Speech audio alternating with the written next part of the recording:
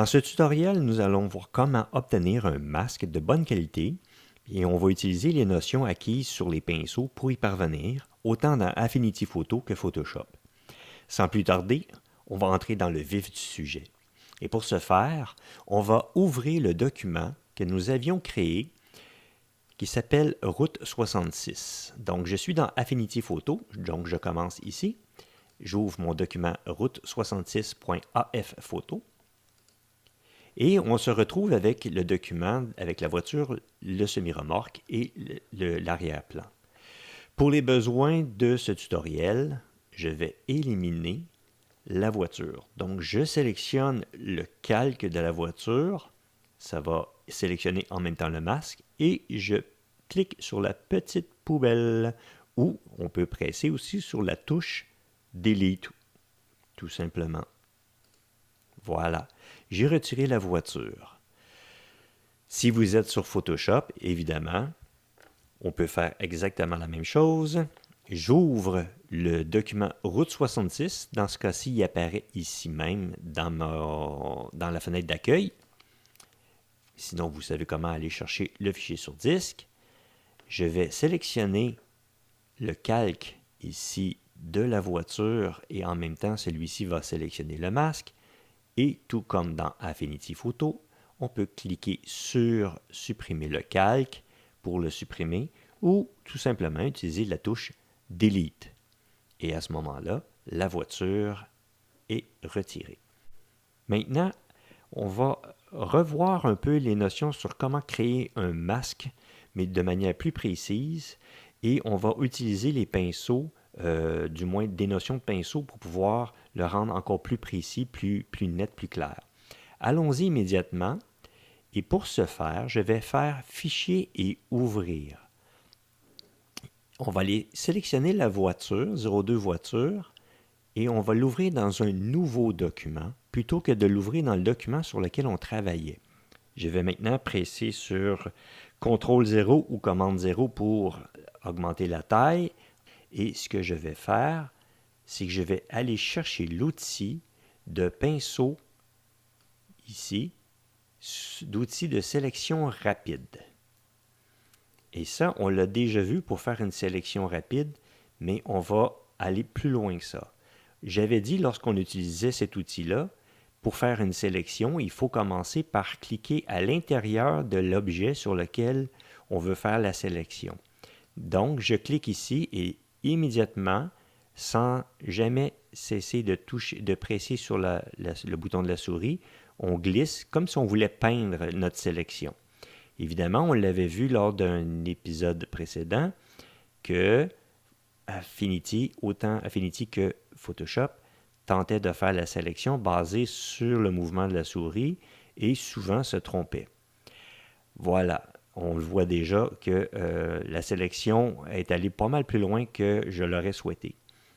Et on avait vu aussi qu'on pouvait passer de ajouter à la sélection ou retirer de la sélection à l'aide des boutons qui sont ici en haut. Mais je vais vous montrer une façon très rapide de passer d'un mode à l'autre, autant avec Affinity qu'avec Photoshop. Actuellement, on est dans Photoshop, mais Affinity, ça fonctionne exactement de la même manière. C'est-à-dire que pour passer d'un mode à l'autre sans jamais changer ici les boutons, lorsqu'on est dans le mode plus, donc ajouter, on presse sur PC la touche Alt et sur Macintosh la touche Option.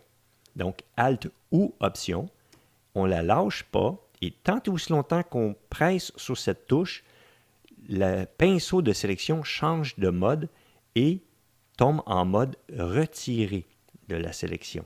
Donc, je laisse mon doigt sur la touche Alt ou Option et Affinity Photo ou Photoshop passe en mode retiré et je peux travailler justement à retirer. Lorsque je lâche la touche, alors à ce moment-là, je reviens en mode sélection, donc ajouter à la sélection. Et je me remets à sélectionner ce que je veux obtenir. Ici, ce que moi je veux obtenir, et comme on l'avait fait, c'est une portion de l'ombrage de la voiture. Et pourquoi je veux avoir l'ombrage de la voiture?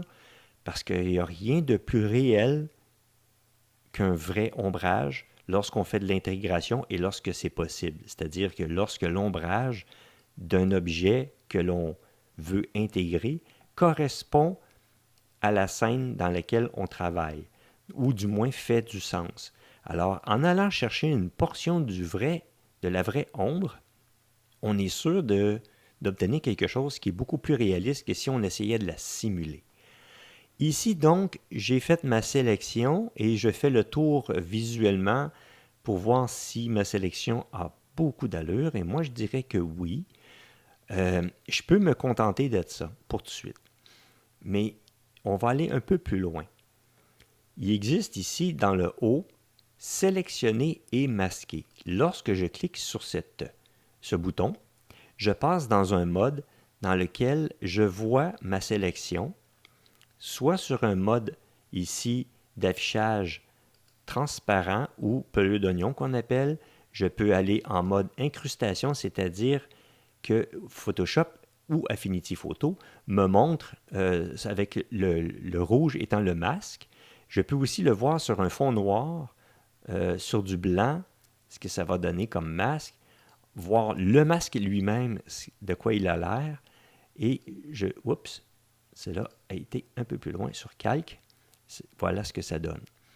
Moi, je vais revenir sur le mode incrustation et on voit très bien qu'est-ce que ça donne comme information. On voit le rouge et les couleurs normales. Je vais le laisser comme ceci. Ensuite de ça, on peut déterminer ici l'opacité pour essayer de voir à quoi ressemble notre masque finalement qu'on a découpé, notre sélection.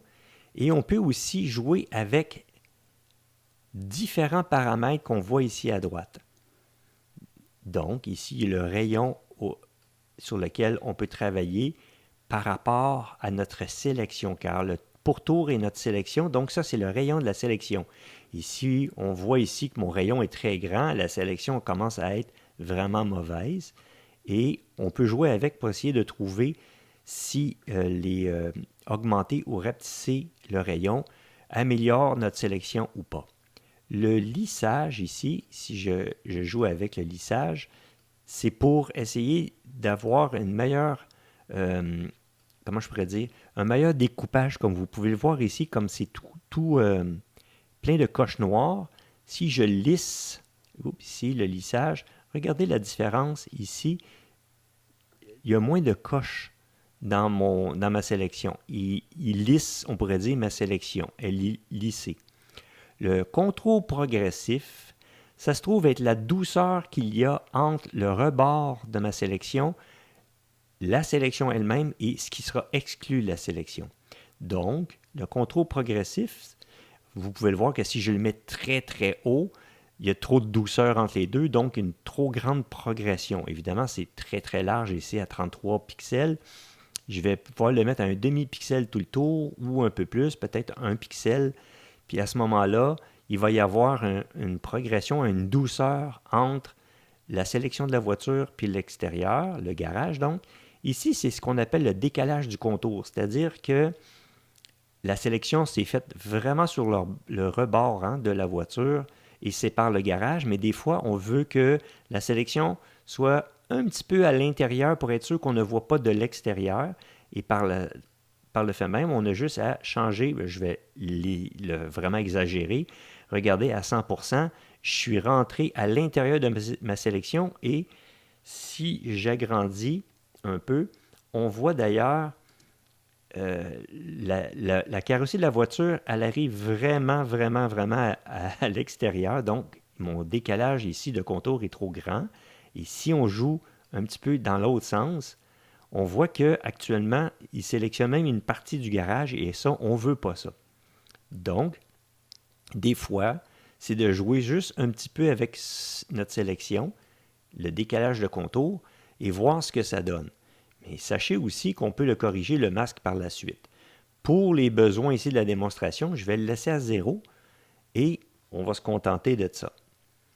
Une fois qu'on a ajusté les paramètres ici pour améliorer notre sélection, il faut sélectionner ici ce qu'on appelle le paramètre de sortie. C'est-à-dire que cette sélection-là, on veut en faire quoi? Est-ce qu'on veut la garder en tant que sélection ou on va aller en faire un masque? Donc, dans paramètres de sortie, il y a des options ici.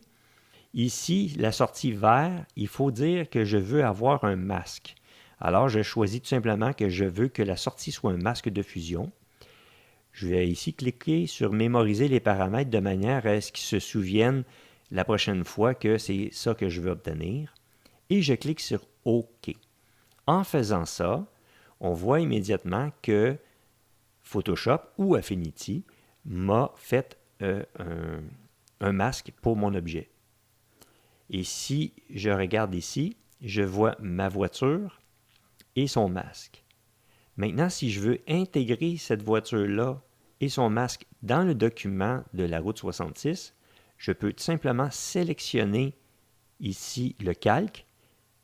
Donc, quand on sélectionne le calque, automatiquement, ça sélectionne le calque et son masque. Je vais aller dans le menu Édition, Copier. Je vais aller dans l'onglet Route 66 qui se trouve être en haut et je fais Édition et Coller.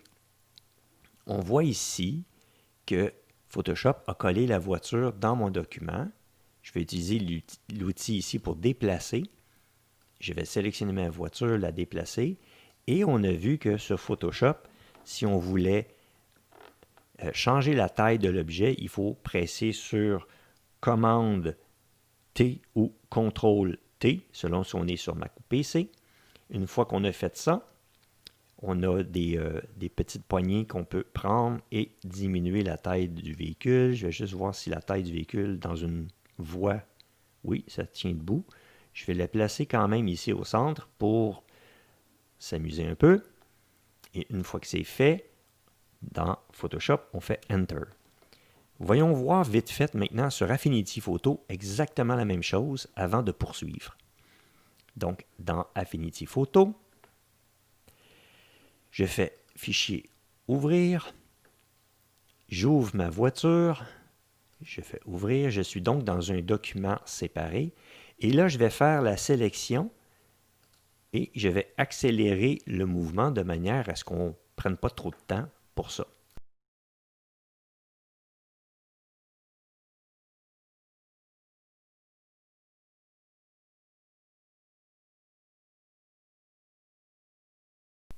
Dans Affinity Photo, il y a aussi un bouton qui permet de rentrer dans le mode Ajuster, pour aller ajuster notre sélection pour en faire un masque. Alors, je clique sur ça et l'interface d'Affinity Photo présente ici une fenêtre dans laquelle on a les paramètres qui ressemblent beaucoup à ceux de Photoshop, mais avec beaucoup moins d'informations. Parce que en fait, il y a les mêmes affaires, c'est juste que c'est comme compact comme information. Je peux changer, moi aussi, toutes les informations sur voir comment je veux voir mon masque. Ici, je le vois sur un fond noir, exemple. Je pourrais le voir sur un fond blanc, ici. Je pourrais le voir, évidemment, en superposition sur le fond rouge, etc., etc. Je peux faire la même chose, c'est-à-dire augmenter la largeur de ma sélection. Je peux augmenter mon lissage de ma sélection. Je peux augmenter mon contour progressif, c'est-à-dire le nombre de pixels qu'il y aura autour. Et je peux changer aussi la couverture pour en prendre plus ou moins dans ma sélection. Ici, comme j'ai dit, je vais le laisser à 0 pour les besoins. Et on a aussi d'autres choses avancées qu'on verra plus tard. Et on a une sortie qui s'appelle Masque.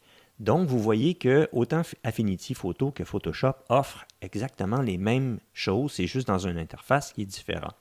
Et lorsque je clique sur Appliquer, on a notre voiture avec son masque. Ici, on le voit, donc le calque de la voiture et le masque de la voiture. Si je sélectionne le calque de la voiture et je fais la même chose, je fais Édition, Copier, ensuite de ça, je change, sur la route 66, mon document de route 66, et je fais Édition, Coller. Ma voiture apparaît. J'utilise ici l'outil Déplacer pour prendre ma voiture et la déplacer dans le document.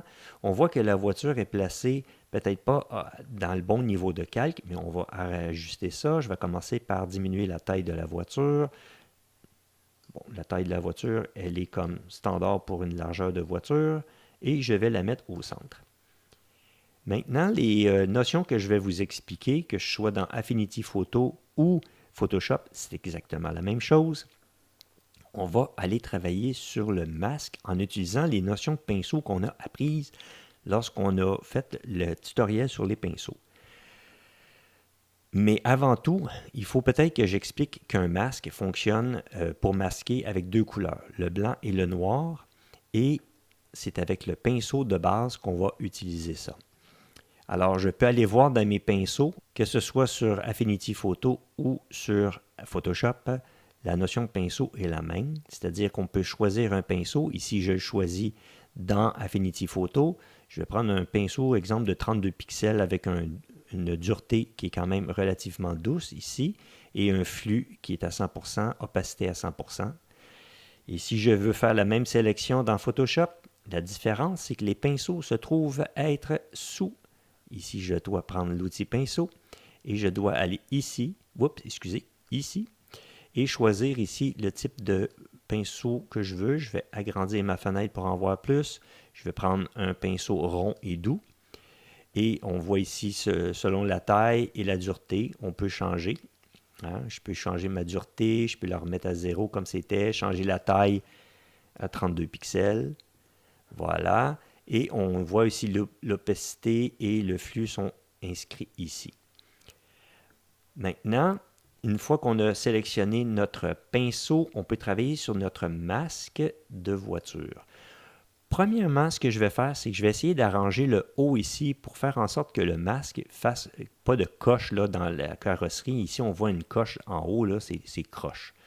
Et pour ce faire, je vais commencer par sélectionner le masque de la voiture, me rapprocher. J'aime bien travailler proche parce que si on travaille de loin, on ne voit pas bien ce qu'on est en train de faire. Et avec l'outil pinceau et le masque sélectionné, je dois travailler avec deux couleurs, noir et blanc. Actuellement, j'ai noir et noir. Je vais donc sélectionner avec la touche X, changer de couleur, en prendre une des deux, ça n'a pas d'importance, en avoir une blanche et une noire. Si je veux passer d'une couleur à l'autre, je fais X. X, une fois, je passe, mettons ici, si je regarde à gauche, noir et blanc, ou si je regarde en haut à droite, noir et blanc. Si je fais le X, on fait l'inverse. Donc, si on travaille avec ces deux couleurs-là, on va travailler avec du 100% transparent ou 100% opaque. Et pour maintenant faire réapparaître ici le haut de la carrosserie, je dois travailler avec du blanc. Mais on voit ici que lorsque je veux travailler avec du blanc, il y a quelque chose qui ne fonctionne pas bien. Pourquoi? C'est mon pinceau qui n'est pas ajusté au genre de travail que je veux faire. Alors, je vais faire maintenant édition, annuler mon pinceau que je viens de faire. OK? Et je vais aller dans mon pinceau, augmenter la dureté. Et moi, pour ce genre de travail-là, je vais le mettre à 90%. Je vais changer le flux pour le mettre à 100% et l'opacité à 100%. À ce moment-là, et je peux même changer la taille de mon pinceau avec les touches de raccourci ou en allant dans le pinceau et en changeant sa taille. Et je vais commencer à peindre pour faire réapparaître le bout blanc de la carrosserie qui manque. Donc, on voit ici que je travaille avec un pinceau pour faire revoir les éléments. Si je travaille plus loin, vous allez voir, on revoit le garage. Je vais faire annuler avec CTRL Z ou commande Z pour annuler la dernière opération. Et si je veux faire disparaître des petites taches qu'on voit le tour de la voiture, je vais peser sur X pour passer en mode de couleur noire et le noir cache. Et là, je vais utiliser le noir pour pouvoir masquer ou cacher les couleurs qu'on voyait de l'arrière-plan du garage pour faire en sorte que c'est sûr qu'on ne voit pas le garage dans notre véhicule. Voilà. Là, c'est sûr certain que je pourrais faire un travail beaucoup plus précis ici, puis enlever toutes les petites places où on voit du garage. Mais ça, c'est le travail que vous devrez faire si jamais vous faites du masquage. Ici, on voit beaucoup de noir que je pourrais éliminer.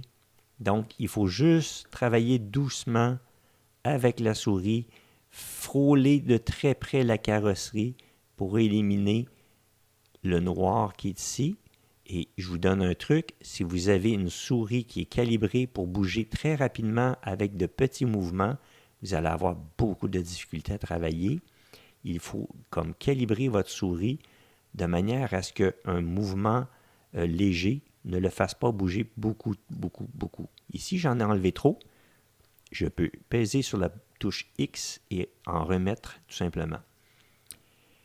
Voilà ce que ça donne pour quelques ajustements. Je vais maintenant diminuer la taille comme ceci et utiliser une autre technique de pinceau.